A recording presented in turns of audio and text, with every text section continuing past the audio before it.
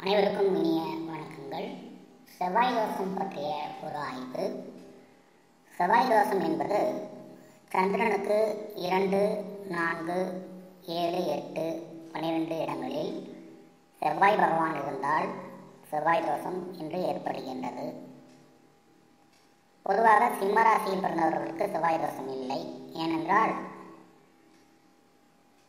9 அதிபதி செவ்வாய் ஆகின்றார்.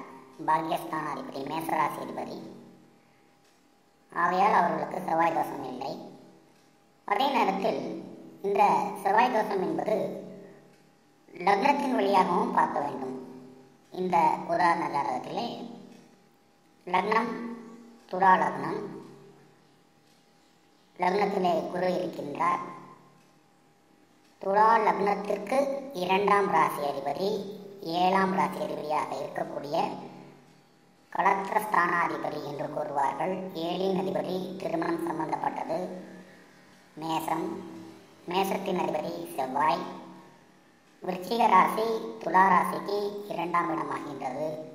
குடும்பஸ்தானம் என்று சொல்லக்கூடிய 2ஆம் இடத்தின் அதிபதி செவ்வாய் பகவான். ஆக 2, 7இன் இரு வீடுகளின் அதிபதி செவ்வாய் பகவான் லக்னத்திற்கு 12ஆம் இடம் என்று சொல்லக்கூடிய கன்னியா ராசியில் சனி பகவானின் சேர்க்கை பெற்று செவ்வாய் பகவான் இருக்கின்றார். இது ஒரு செவ்வாய் தோஷ ஜாதகம் ஆகின்றது லக்னத்தின் வழியாக பார்க்கும் பொழுது. இது ஒரு ஆய்வு என்பதால் சிறிது விளக்கமாக கூறுகின்றேன். சந்திரன் இருக்கக்கூடிய ராசி சிம்மம். சிம்மத்திற்கு 2ஆம் வீட்டிலே 4, 9இன் அதிபதி செவ்வாய் பகவான் இருக்கின்றார் கன்னியா ராசியிலே.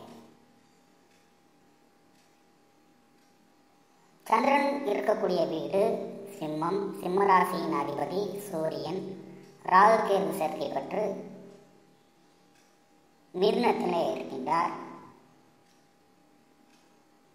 லக்னத்திற்கு 8ஆம் வீட்டிலே சுக்கிரன் ஆட்சியாக ரிஷபத்திலே இருக்கின்றார். இந்த ஜாதக அமைப்பு உள்ளவர்களுக்கு, இந்த ஜாதகிக்கு திருமண வாய்ப்பில் நிறைய தடைகள், அதன் பின் மன வாழ்க்கையும் சிறிது இடர்பாடுகளை தந்துள்ளது. இதற்கு காரணம் சந்திரன் இருக்கக்கூடிய ராசி சிம்மம். சிம்ம ராசியின் 7இன் அதிபதி பாவகிரகமான சனி கிரகம், யோககாரக கிரகமான சிம்ம ராசிக்கு செவ்வாய், சனி செவ்வாய் சேர்க்கை, லக்னத்திற்கு 12ஆம் இடம் ஆகிய கன்னியா ராசியில் இருந்தும் சந்திரனுக்கு 2ஆம் இடம் என்று சொல்லக்கூடிய குடும்பஸ்தானத்திலே சனி செவ்வாயின் சேர்க்கை இந்த ஜாதகிக்கு திருமண அமைப்பில் சில இடர்பாடுகளை தந்துள்ளது. சுக்கிரன் நல்ல நிலையில் இருப்பதால் ரிஷபத்திலே ஓரளவு மேன்மையான பலன்களை கொடுத்தாலும் திருமண வாழ்வில் பிணக்குகளை அளித்துள்ளது. தனக்காரக கிரகம் குரு பகவான்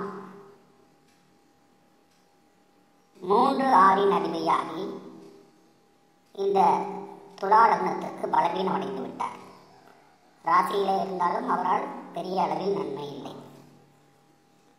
நன்றி. அனைவருக்கும் இனிய வணக்கங்கள். செவ்வாய் தோஷம் பற்றிய ஒரு ஆய்வு.